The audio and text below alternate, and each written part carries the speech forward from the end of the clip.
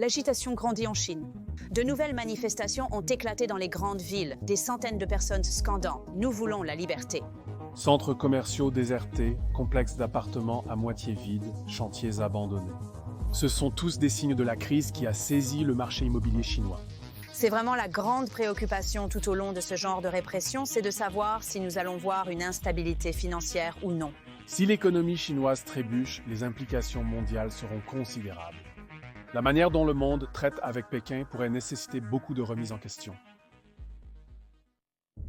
La Chine est en pleine crise de la dette massive, et les choses semblent vraiment mauvaises pour le Parti communiste chinois. Les projets je tape à l'œil de la Chine, comme les trains à grande vitesse, sont en réalité des échecs qui drainent l'argent et affectent leur économie. En 2025, la dette totale de la Chine dépasse 300% de ce que le pays gagne en un an.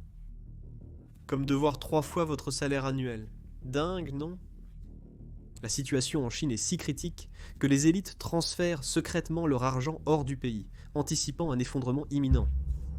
Cette vidéo explore l'histoire méconnue de la dette chinoise et son impact actuel sur nous tous. En résumé, la Chine a une dette colossale qui s'accroît continuellement.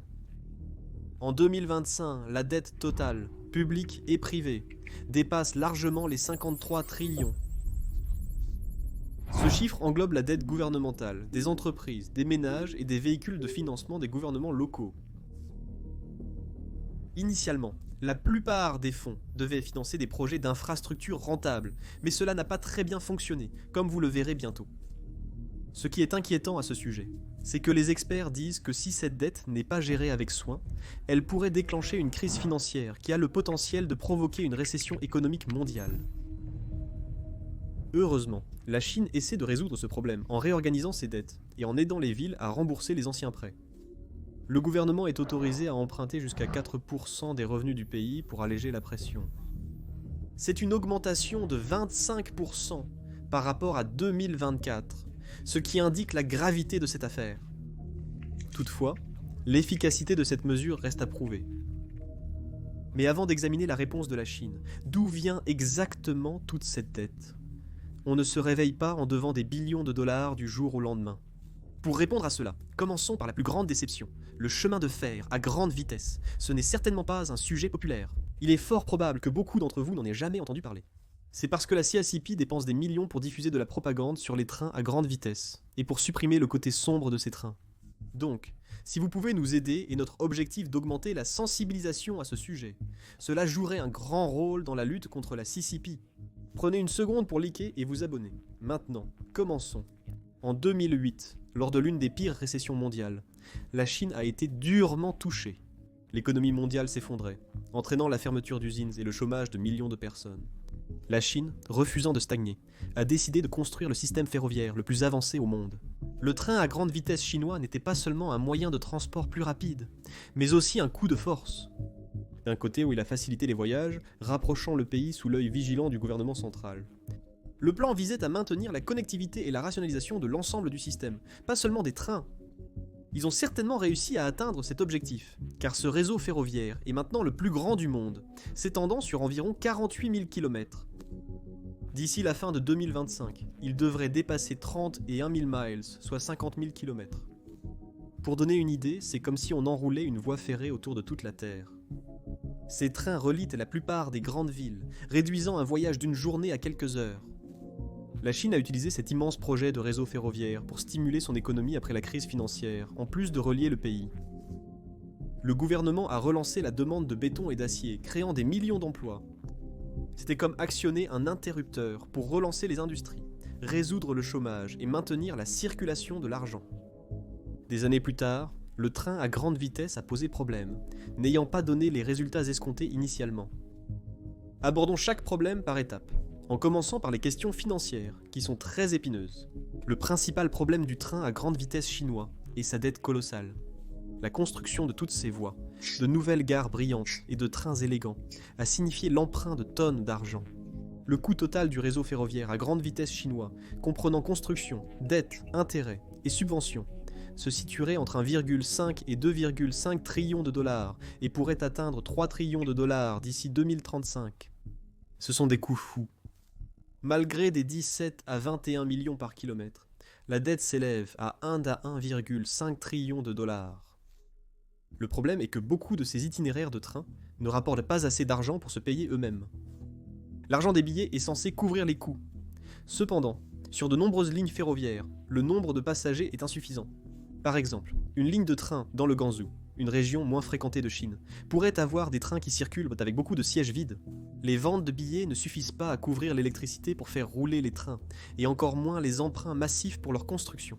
Cela a causé à la compagnie ferroviaire chinoise des pertes annuelles de 10 à 20 milliards de dollars. Un échec commercial, n'est-ce pas? Et ce problème d'argent n'est pas seulement le souci de China Railway. Lorsque tout cela a commencé, les villes et les provinces ont aidé à payer pour ces lignes de chemin de fer en tant qu'investissement. Le train à grande vitesse était censé aider les petites villes et les zones plus pauvres en les reliant aux grandes villes. L'idée était que les trains stimuleraient l'emploi et le tourisme dans des régions qui en avaient grandement besoin. Mais en 2025, cela ne fonctionne pas ainsi pour tous. Les grandes villes comme Pékin, Shanghai, Guangzhou reçoivent le plus de trains dans les gares les plus fréquentées, donc elles se portent très bien. Mais les petites villes sont parfois perdantes. Les gens et les entreprises migrent vers les grandes villes pour leur mobilité, laissant les petites localités plus paisibles qu'auparavant.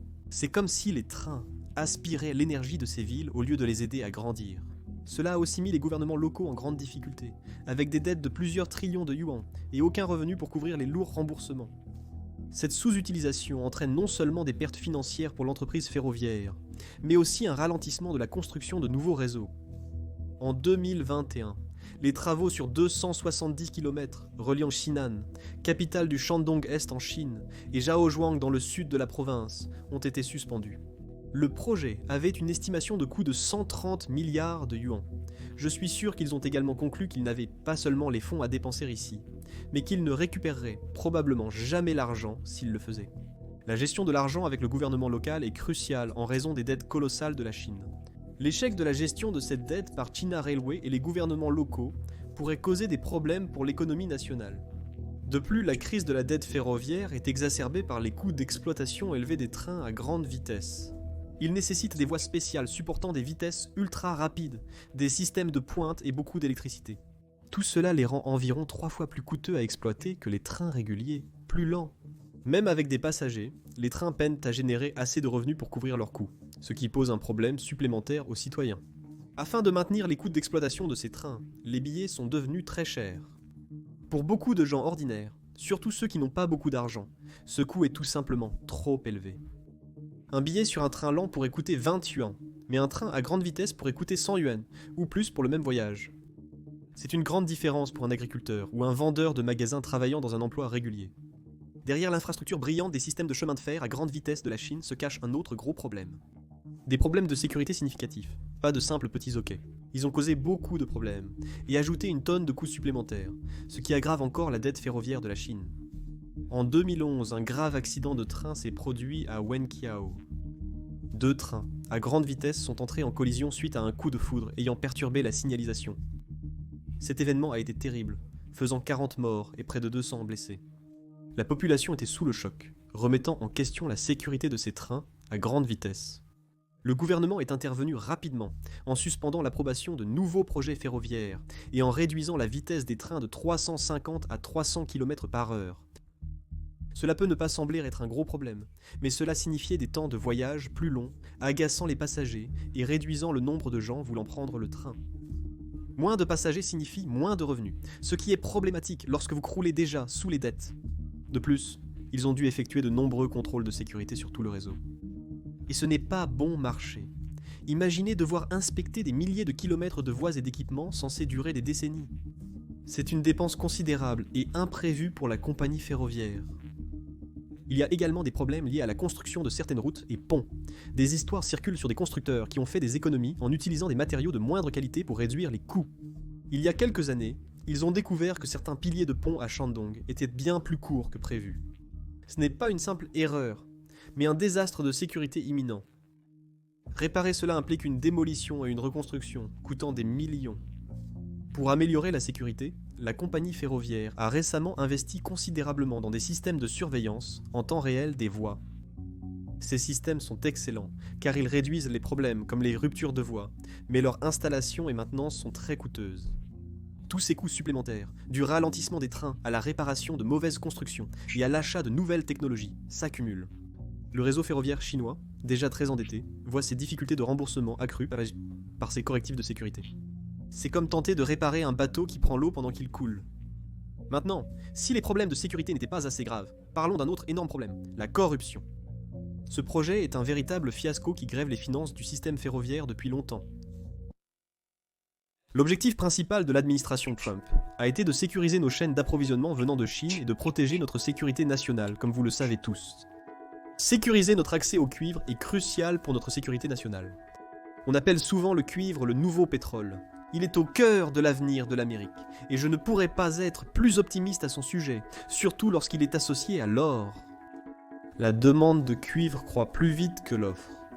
Le président Trump a signé plusieurs décrets historiques pour protéger la production et l'exploitation du cuivre aux États-Unis. Sur une échelle de 1 à 10, je suis un 10 en matière de production de cuivre aux États-Unis. C'est ici que l'offre et la demande de base entrent en jeu dans ma thèse haussière.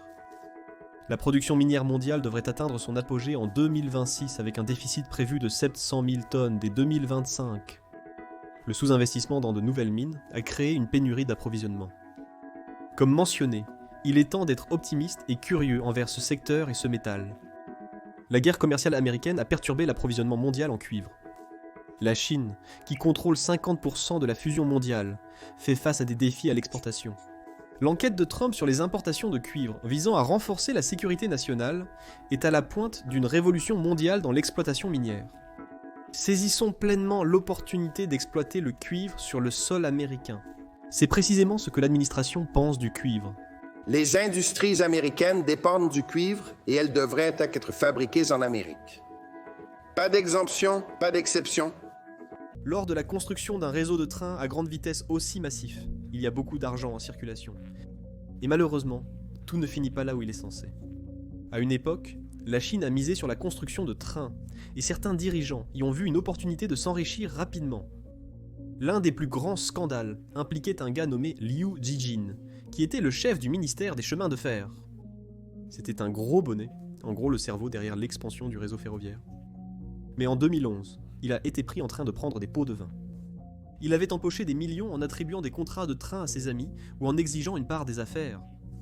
Les enquêteurs ont découvert 5 milliards de yuans, soit environ 700 millions de dollars, dans des affaires douteuses sur la seule ligne Pékin-Shanghai. Cet argent aurait dû être investi dans la construction de meilleures routes ou le remboursement de prêts. Mais au lieu de cela, il a tout simplement disparu. Les auditeurs ont découvert de nombreuses irrégularités persistantes, comme des reçus falsifiés et des entreprises qui surfacturaient pour des services simples. Par exemple, ils ont déjà dépensé près de 3 millions de dollars pour une vidéo de 5 minutes montrant le chemin de fer. 3 millions pour une vidéo. Ce genre de dépenses inutiles survient lorsque les gens détournent de l'argent à leur profit. La corruption a fait exploser les coûts de construction des lignes ferroviaires, laissant un lourd fardeau financier aux gouvernements locaux. Le problème ne se limite pas à l'argent volé. Quand des accords secrets sont conclus, les entreprises choisies sont souvent non qualifiées pour le travail. Cela mène à des constructions de mauvaise qualité, comme mentionné précédemment, qui nécessitent des réparations coûteuses par la suite. Et parce que tant d'argent a été gaspillé, la compagnie de chemin de fer a du mal à gagner assez pour rembourser ses prêts. Ils doivent maintenant presque 1 billion de dollars, et une grande partie de cela est due à ces affaires louches. Le gouvernement continue d'aider, mais cela signifie que les contribuables payent la facture, ce qui ajoute à la dette globale du pays. C'est un cercle vicieux. La corruption augmente le coût des projets ferroviaires, accroissant la dette et compliquant le maintien d'une économie stable pour la Chine. Le système ferroviaire, miné par l'insécurité et la corruption, semble être un gouffre financier qui plonge le pays dans des difficultés économiques croissantes. Pour illustrer l'ampleur du problème des trains défaillants, évoquons un fonds qui a contribué à la construction du chemin de fer en Chine. En 2014, le gouvernement a lancé le Fonds de développement du chemin de fer de Chine pour financer les trains à grande vitesse. Les banques et les grandes entreprises ont investi en obligations, rapportant jusqu'à 5,78% d'intérêt en 2014. Cela semblait être une bonne affaire puisque le gouvernement la soutenait. Mais en 2020, la pandémie de coronavirus disease, 19 a frappé, et la fréquentation des trains a chuté de plus de 50% à cause des confinements. Le China State Railway Group, qui exploite les trains, a perdu beaucoup d'argent. En 2020, le Fonds de développement ferroviaire a eu des difficultés à payer les intérêts promis, ne versant que 3,97%. Les investisseurs ont gagné moins qu'ils ne l'espéraient. Grâce au soutien du gouvernement, ils n'ont pas tout perdu. En 2022, la compagnie ferroviaire devait près d'1 billion de dollars. Cela a fait douter certains investisseurs du chemin de fer et d'autres projets gouvernementaux. La baisse de confiance complique l'emprunt pour ces entreprises, ce qui peut freiner l'économie chinoise. Cette perte de confiance est un gros problème, mais ce n'est pas la seule façon dont le désordre ferroviaire nuit à la Chine.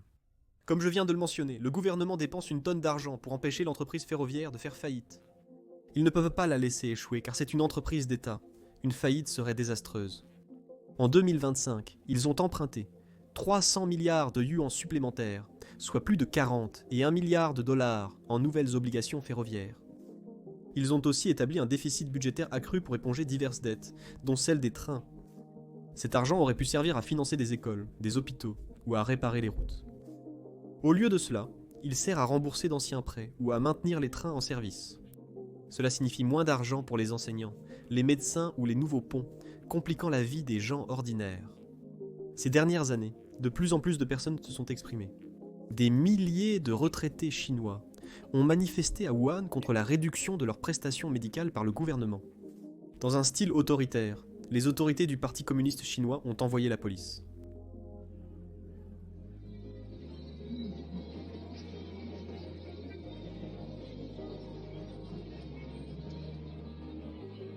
Vidéo en chinois.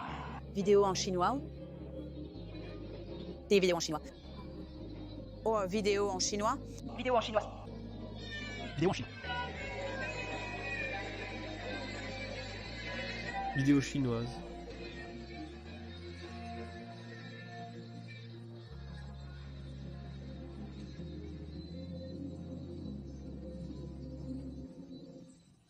Lorsque le gouvernement doit continuer à financer des entreprises en difficulté comme le chemin de fer, il ne peut pas aider d'autres secteurs économiques plus nécessiteux. Les problèmes ferroviaires affectent non seulement le gouvernement, mais aussi les travailleurs et les industries. La construction des voies ferrées et des gares était jadis un grand pourvoyeur d'emplois. Chaque kilomètre de train à grande vitesse représentait un travail considérable pour les ouvriers fabriquant l'acier, coulant le béton ou posant les rails. Autrefois, ce mécanisme aidait les travailleurs et permettait au gouvernement de soutenir l'économie. Mais maintenant, avec tant de lignes de train qui perdent de l'argent, certains projets sont ralentis ou annulés. Cela signifie moins d'emplois dans l'acier et la construction. Les usines qui fabriquent de l'acier pour les voies ferrées ont du mal maintenant parce qu'il y a moins de demandes. Les ouvriers du bâtiment peinent de plus en plus à trouver un emploi malgré leurs anciens chèques de paie réguliers. C'est difficile pour les familles qui en dépendent pour payer leurs factures. Au T1 2025, le taux de chômage urbain a atteint 5,3%, dû en partie au ralentissement économique. Quand les gens perdent leur travail, ils dépensent moins, ce qui ralentit encore plus l'économie et aggrave les problèmes de dette de la Chine. Les problèmes ferroviaires affectent les travailleurs, qui dépensent moins, impactant ainsi tout le pays. C'est un effet domino. Alors, quelle est la vue d'ensemble ici ? Le système ferroviaire était censé être un symbole de la force de la Chine, mais il s'est transformé en cauchemar financier. Le chemin de fer n'est pas seulement un problème de train, c'est un énorme obstacle sur le chemin de la Chine pour réparer ses finances, et il entraîne beaucoup de gens avec lui. Cependant, les trains à grande vitesse ne sont pas le seul facteur contribuant à la dette de la Chine. La Chine connaît également une crise immobilière très sérieuse. Jadis, l'immobilier était le ticket gagnant pour l'économie de la Chine. Il représentait environ un quart à un tiers de la croissance du pays, ce qui est énorme quand on pense à la taille de l'économie chinoise. Les gens affluaient vers les villes, et les promoteurs construisaient des appartements à gauche et à droite pour suivre le rythme. Les gouvernements locaux adoraient cela, car ils gagnaient beaucoup d'argent en vendant des terrains à ces promoteurs. Cela les aidait à payer des choses comme les routes et les écoles. Pour les gens ordinaires, acheter une maison était un moyen sûr d'épargner, comme un compte bancaire qui pouvait fructifier avec le temps. Les promoteurs ont emprunté massivement pour poursuivre ces projets, et les banques étaient disposées à prêter. Pour quelles raisons ? Le marché immobilier semblait inarrêtable, créant une situation gagnant-gagnant. Ou c'est ce que tout le monde pensait. Mais tous ces emprunts et constructions ont préparé le terrain pour de sérieux problèmes. En 2020, le gouvernement a décidé que la situation dégénérait. Ils ont vu une bulle immobilière se former. Les prix étaient astronomiques, et les promoteurs empruntaient beaucoup trop. Ils ont donc introduit les 3 lignes rouges, des règles limitant l'endettement des promoteurs. L'idée était de calmer les choses, et de rendre les logements plus abordables. Mais cela s'est retourné contre eux. Des développeurs comme Evergrande, qui devaient plus de 300 milliards de dollars, et Country Garden, avec environ 190 milliards de dollars de dettes, se sont retrouvés dans une crise de liquidité. Lorsque les ventes immobilières ont ralenti, ils n'ont plus pu emprunter davantage ni payer leurs factures, faute de fonds suffisants. De nombreux emprunteurs ont commencé à faire défaut, étant incapables de rembourser leurs prêts ou obligations. Evergrande, un géant de l'immobilier, a demandé une protection contre la faillite en 2021. Country Garden, un autre géant, a évité de justesse le défaut en 2023 grâce à des paiements de dernière minute. L'effondrement de ces grandes entreprises a créé des ondes de choc dans toute l'économie. Lorsque de tels géants trébuchent, c'est un problème pour tous, pas seulement pour eux. Vous vous demandez sûrement en quoi cela est important pour la crise de la dette chinoise. Lorsque les développeurs font défaut, cela provoque un effet domino. Les banques prêteuses et les investisseurs détenant leurs obligations sont perdants. Parmi ces investisseurs, certains sont des personnes ordinaires qui ont investi leurs économies dans des produits immobiliers, les croyant sûrs. Lorsque les promoteurs ne peuvent pas payer, ces économies sont touchées et les gens perdent confiance dans le système. De plus, les milliers d'immeubles d'appartements inachevés laissent à les acheteurs ayant payé d'avance sans rien. En 2022, des acheteurs de maisons ont arrêté de payer leurs hypothèques pour protester contre les problèmes immobiliers, mettant les banques sous pression. Le marché immobilier est si grand que ces problèmes se répercutent, rendant plus difficile pour les banques de prêter et pour les gens de dépenser. Quand les banques et les consommateurs se retiennent, toute l'économie ralentit, compliquant la gestion de la dette. Les gouvernements locaux sont, une fois de plus, au cœur des problèmes, comme dans le cas de la dette ferroviaire. Ils gagnaient auparavant environ 40% de leur argent, en vendant des terrains à des promoteurs. Mais avec l'effondrement du marché immobilier, les ventes de terrains ont chuté de jusqu'à 30% certaines années. Une grande partie de leur budget a tout simplement disparu. Les gouvernements locaux doivent environ 9 billions de dollars, et sans l'argent de la vente de terrain, ils ont du mal à rembourser cela ou à financer les services de base. Certains empruntent davantage pour maintenir les choses en marche, ajoutant à la dette globale de la Chine. Le gouvernement central a tenté d'aider en proposant des prêts ou en acquérant des logements vacants, mais cela ne suffit pas.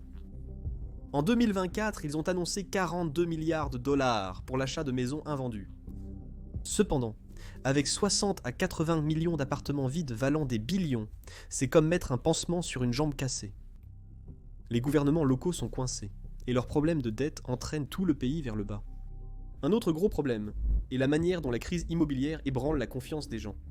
En Chine, posséder une maison est essentiel. C'est non seulement un lieu de vie, mais aussi un symbole de stabilité.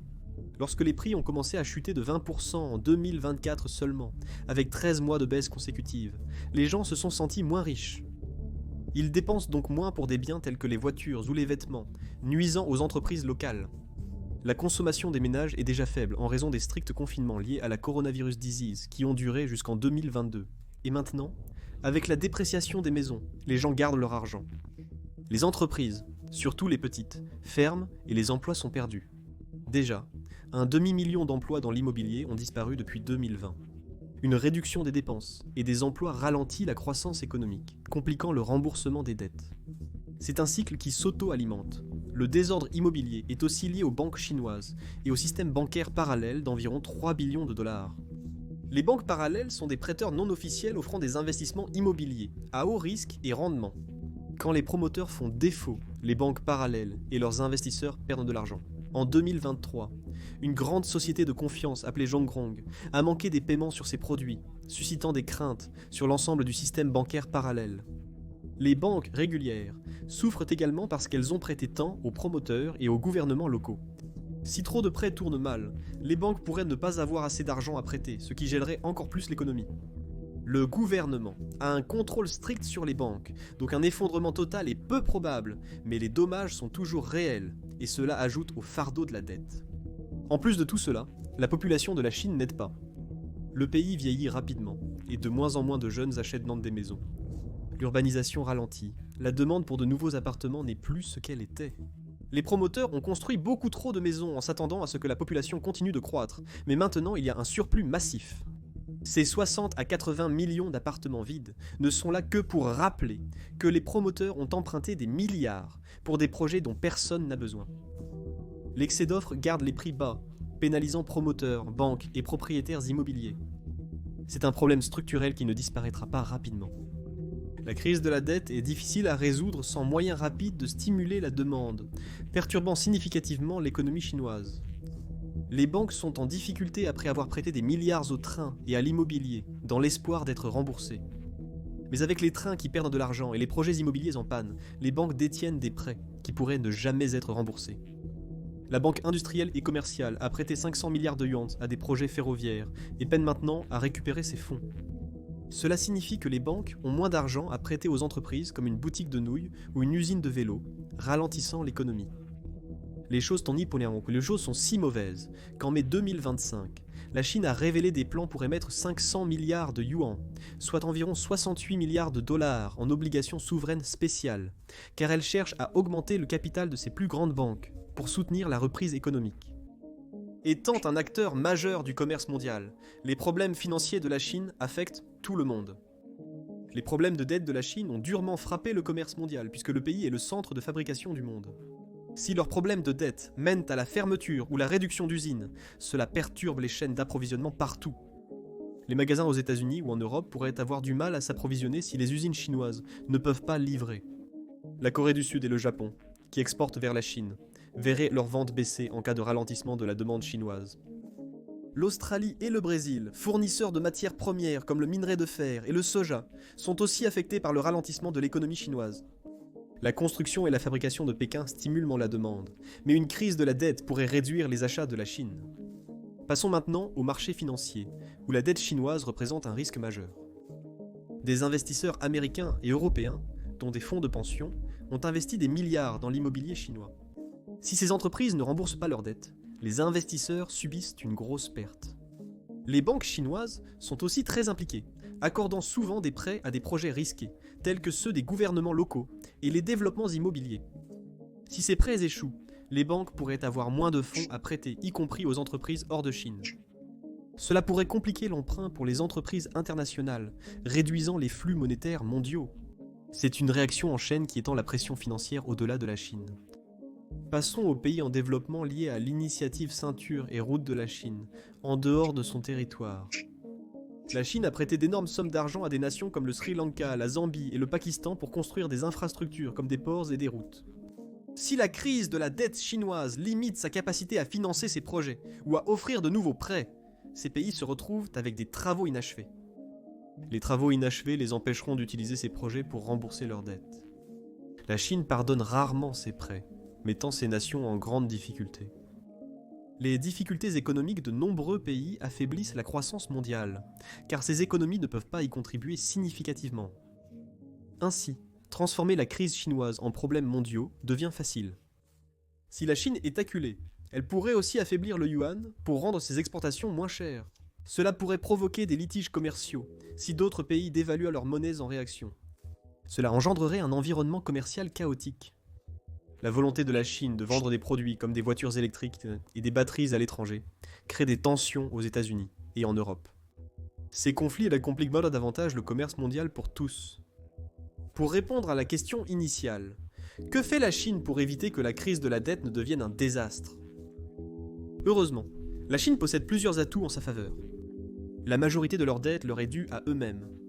Il s'agit essentiellement de banques chinoises qui prêtent à des entreprises chinoises, dont ils ont plus de contrôle que s'ils devaient de l'argent à la France ou au Japon. Ils ont également 3,2 billions de dollars en réserve de trésorerie, ce qui aide certainement.